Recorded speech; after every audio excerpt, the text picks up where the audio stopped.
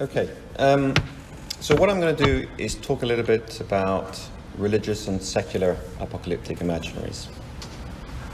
And begin by considering the religious conception, which, of course, as has already been stated, is very prominent within the Judeo-Christian faith, admitting that there are, of course, end-of-the-world narratives and prophecies present in many other religious traditions, so it's not unique, but I won't speak of those, I won't speak of what I know too little. If we think about this Judeo-Christian conception, what we see is an idea that the advent of the apocalypse is inherently tied to the revelation or realization of a moral order in accordance with the will or purpose of a transcendent, numinous being or principle. The wicked are punished, the virtuous are rewarded, the dead are resurrected, a balance or equilibrium is restored. Moreover, the apocalypse is as much a new beginning as an ending, the birth of a new world as much as the ending of an old world. And perhaps most important of all, whatever the fate of our earthly realm, there is the assurance of an everlasting spiritual domain beyond it, and with it, the persistence of the moral order and its values. Now, of course, the secular modern mindset no longer subscribes to such literalist understandings.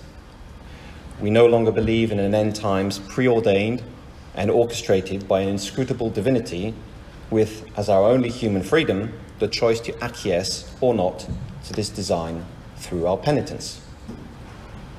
With the affirmation of human agency in history and the evaporation of our belief in an afterworld, the end of the world has been stripped of any transcendent consolation and reimagined as an imminent horizon brought forth by our own actions. Yet, while we may have forsaken the supernatural character of apocalypse, we have clung to its underlying will to moral ordering. We still want the apocalypse to be meaningful, and through that meaning, to harbour the potential to save us. In our secular apocalyptic visions, what we really are casting, or we want to be cast, is a judgment on the world, or more precisely, on our relation to it.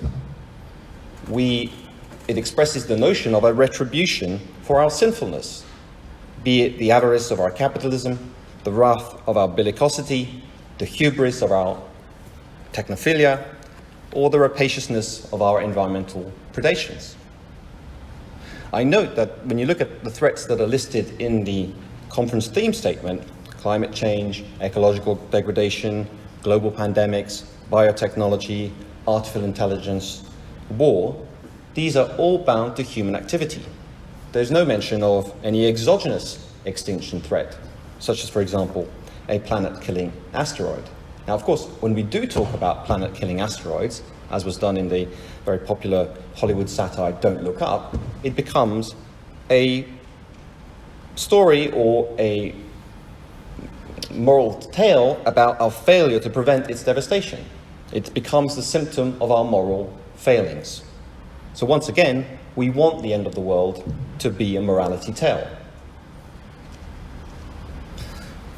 In addition, or as a correlate of this, invocation of the apocalypse doubles up as a call to mobilization and action, to a political, cultural, or spiritual awakening.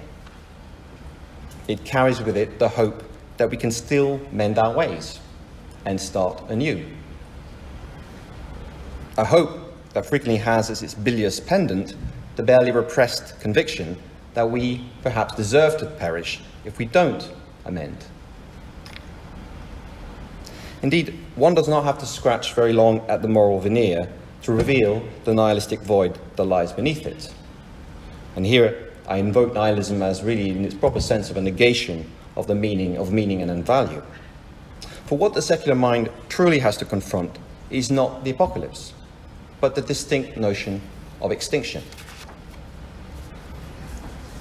As Thomas Monahan points out in his recent book, X Risk, whereas the apocalypse secures the sense of an ending, extinction anticipates the ending of sense.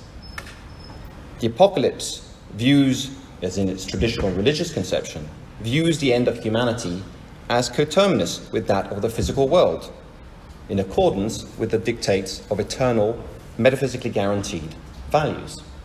It is, of course, a profoundly anthropocentric conceit. When we go, the rest of the universe goes, but it is all embedded in our very human, all too human values.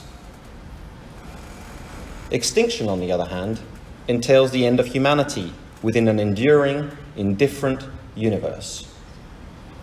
Our cherished values disappear with us. There is no guarantee of them being preserved in this world or in another.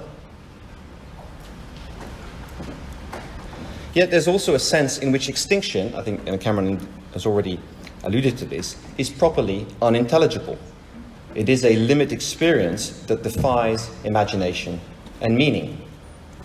It gestures to a temporality that is properly beyond human experience and its meaningful conceptions of past, present, and future.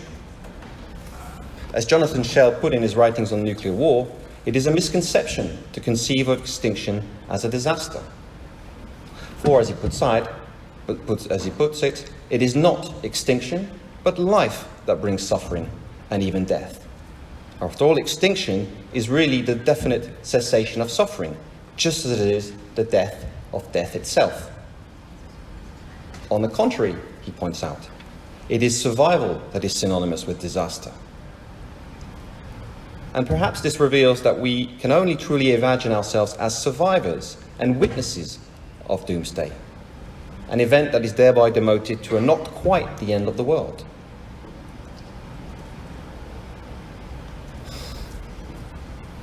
Finally, the demise of traditional religious apocalypticism and the discovery of secular extinction can be found really in the end to have traded one anthropocentrism for another. From the notion of a divinely ordered world ending for us to the human vanity of an end brought about by us through our own acquired apocalyptic powers. Indeed, there is no small amount of self-flattery in the belief that we can bring about our own demise, and with us, that of the planet.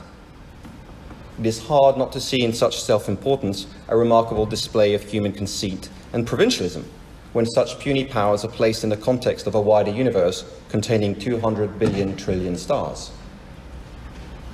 Perhaps then, it is the case, as Maurice Blanchot once put it, that in the end, the apocalypse must always disappoint, whether in its cosmological significance, its strict intelligibility, or its power to save us.